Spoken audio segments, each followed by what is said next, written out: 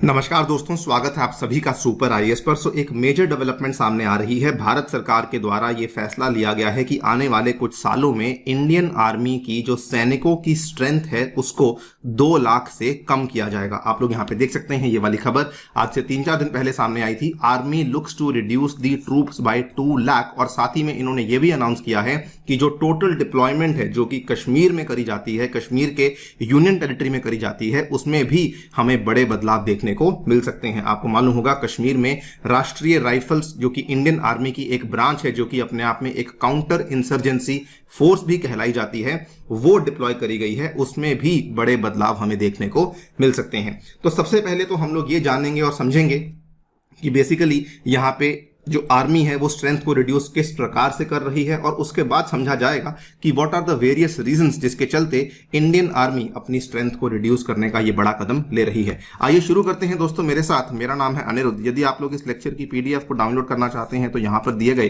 Telegram channel के माध्यम से कर सकते हैं। इसके अलावा अगर आपने अभी तक हमारे चैनल को सब्सक्राइब नहीं किया है so please do that, so that आपको हमारी सभी वीडियोस के नोटिफिकेशंस टाइम टू टाइम मिलते रहें।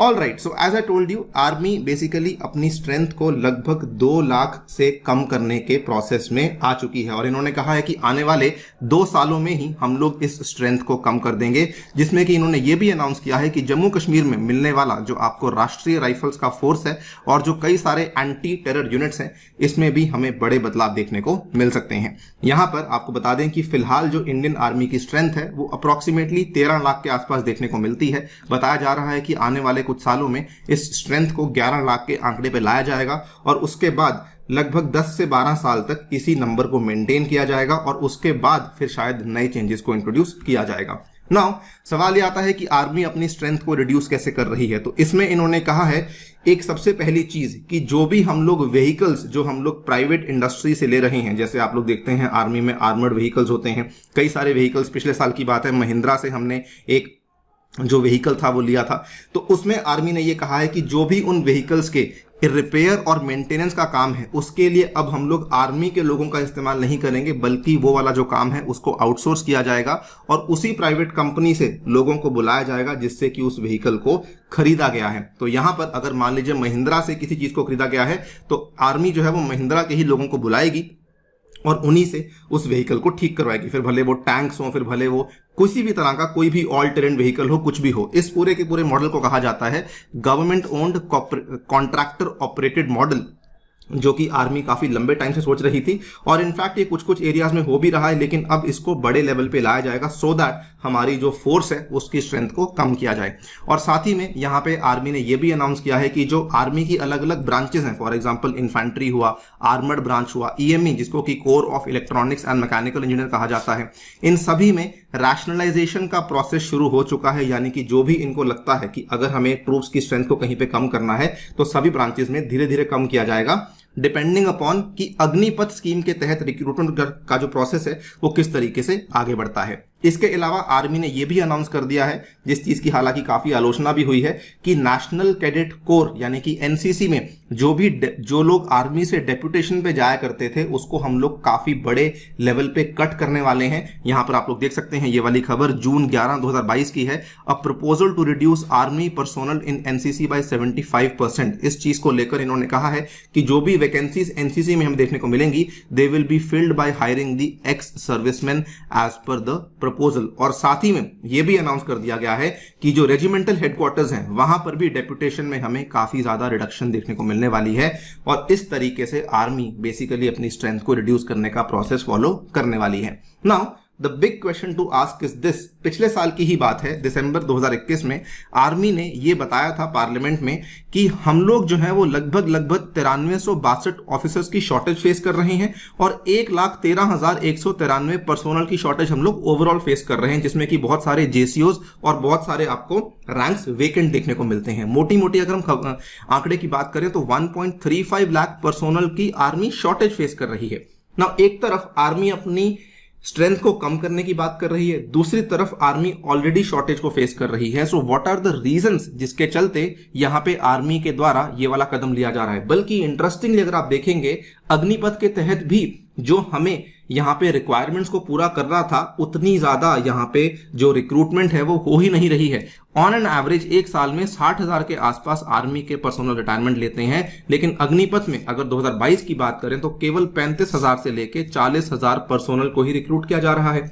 So how is army doing this, why is army doing this, ये काफी बड़ा सवाल बन जाता है। नाउ यहाँ पर एक सीनियर मिलिट्री ऑफिसर हैं जो कि शायद रिटायर हो चुके हैं, उनका नाम सामने नहीं आया। उन्होंने बताया the idea is to ensure that the teeth to tail ratio is maintained in a healthy way. दोस्तों मिलिट्री जार्गन में एक वर्ड यूज होता है teeth to tail. Teeth to tail का मतलब यह होता है the amount of military personnel it takes to supply and support each combat soldier. अभी क्या है कि टूथ को प्रोटेक्ट करने के लिए, सप्लाई करने के लिए जो टेल है वो काफी ज्यादा बड़ी देखने को मिल रही है। तो इस चीज को ऑप्टिमाइज करने के लिए शायद आने वाले टाइम में जो यहां पर टेल के नंबर को कम करने के लिए आर्मी ऐसा कर रही है। इसके अलावा आपको याद होगा 2 साल पहले की बात है, शेकटकर कमेटी की रिपोर्ट सामने आई थी। उन्होंने बड़े ही साफ शब्दों में ये कहा था, और ये वाली जो कमेटी थी ये भारत के पूर्व जो रक्षा मंत्री थे मनोहर पारिकर जी के द्वारा इसको गठित किया गया था। इन्होंने साफ साफ कहा था कि हमारी जो आर्म्ड फोर्सेज हैं उसको लीनर बनना होगा, कोहेसिव बनना होगा और मॉडर्न बनना होगा।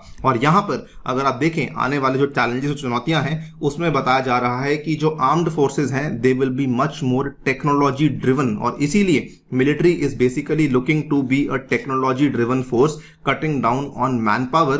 और इसीलिए इन्होंने कहा है कि हम लोग हमारी ट्रूप स्ट्रेंथ को आने वाले सालों में कम करना चाहते हैं। सो ये मल्टीपल रीजंस हैं। ऑब्वियसली एक रीजन यहाँ पे पेंशन्स और सैलरीज का भी है। आपको मालूम होगा काफी बड़ा एक्सपेंडिचर है जो कि डिफेंस मिनिस्ट्री फेस करती है, बिकॉज इसमें बहुत ज्यादा खर्चा हमारा चला जाता है। तो with 75% of recruits having to leave after 4 years, यहाँ जो अग्निपथ स्कीम के तहत होगा तो सैलरीज और पेंशन्स भी एक तरीके से यहाँ पर कम हो जाएंगी। और मोर इंपॉर्टेंटली अगर वेस्टर्न कंट्रीज की तुलना में बात करें, भारत में जो एज प्रोफाइल है सोल्जर्स की उसमें जो एवरेज एज निकल कर आती है वो भी काफी हाई है as compared to western countries, तो उसको भी नीचे लाने की कोशिश करी जा रही है। एक तरीके से जो कारण अग्निपथ को लाने के थे ऑलमोस्ट वही कारण यहाँ पे बताए जा रहे हैं कि क्यों हम लोग हमारी ट्रूप स्ट्रेंथ को कम करना चाहते हैं। इसके साथ ही में इन्होंने ये भी बताया है कि कश्मीर में काफी बड़े बदलाव देखने को मिल सकते हैं। जो नई नीति आने वाली है उसमें राष्ट्रीय राइफल्स में काफी बड़े चेंजेस हमें देखने को मिल सकते हैं। While the union territory has about 63 राष्ट्रीय rifles battalions, it is unique from other units of the army. अगर आप देखें जो आरआर का बटालियन होता है दोस्तों, इसमें 6 कंपनीज होती हैं। नॉर्मली अगर कोई दूसरा बटालियन होता है इन्फेंट्री का हो, आर्मर्ड हो, तो उसमें आपको 4 कंपनीज देखने को मिलती हैं।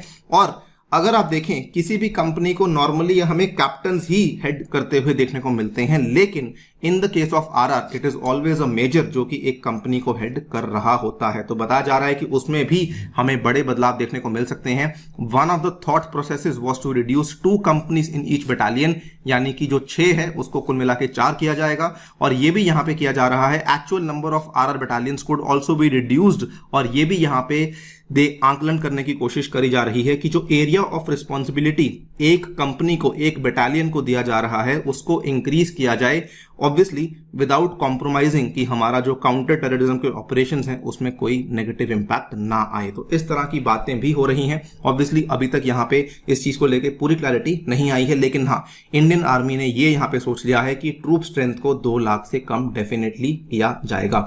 वीडियो को समाप्त करने से पहले आपको एक ट्रिविया बता दूं कि फिलहाल आज के टाइम पे जो इंडिया की स्टैंडिंग आर्मी है वो 2nd लार्जेस्ट है, नंबर 1 चाइना पे आती है, नंबर 3 आपको दोस्तों देखने को मिलती है यूएस में। आफ्टर दिस रीजिक जो कि हमने अभी बात करी है, there is a high possibility कि इंडिया की जो स्टैंडिंग आर्मी की स्ट्रेंथ है वो यूएस के नीचे आ जाएगी और हम लोग वर्ल्ड में 3rd लार्जेस्ट स्टैंडिंग आर्मी कहलाए जाएंगे। फिलहाल के लिए वीडियो में इतना ही। अपनी राय डेफिनेटली कमेंट सेक्शन में दीजिएगा। जाने से पहले बता दूं दोस्तों, हमारी जो क्लास 8th की ज्योग्राफी एनसीईआरटी सीरीज है वो समाप्त हो चुकी है। क्लास 9th की सीरीज शुरू होने वाली है कल से। इसके लिंक्स आपको डिस्क्रिप्शन में दे दिए गए हैं। ऑल्सो टेक्स्ट बुक आपके लिए साल का सबसे बड़ा सेल रन कर रहा है 2 दिन 14 और 15 अगस्त को, जिसमें एक लकी विनर को मिलेगी Hyundai Santro गाड़ी, और बाकी जो भी अगर आप सब्सक्रिप्शन लेना चाहते हैं तो आप लोग ले सकते हैं using my special referral code A2SIR। Effective cost जो आपको पड़ेगा वो पड़ेगा 1500 रुपीज पर मंथ, और इसमें आपको इंडिया के टॉप इंस्टीट्यूट से पढ़ने का मौका मिलेगा using a single subscription. Study notes मिलेंगे, मॉक टेस्ट मिलेंगे, हमारे द्वारा भी आपको लेक्चर्स अवेलेबल करवाए जाएंगे। Thank you so much for listening. Stay tuned and stay safe.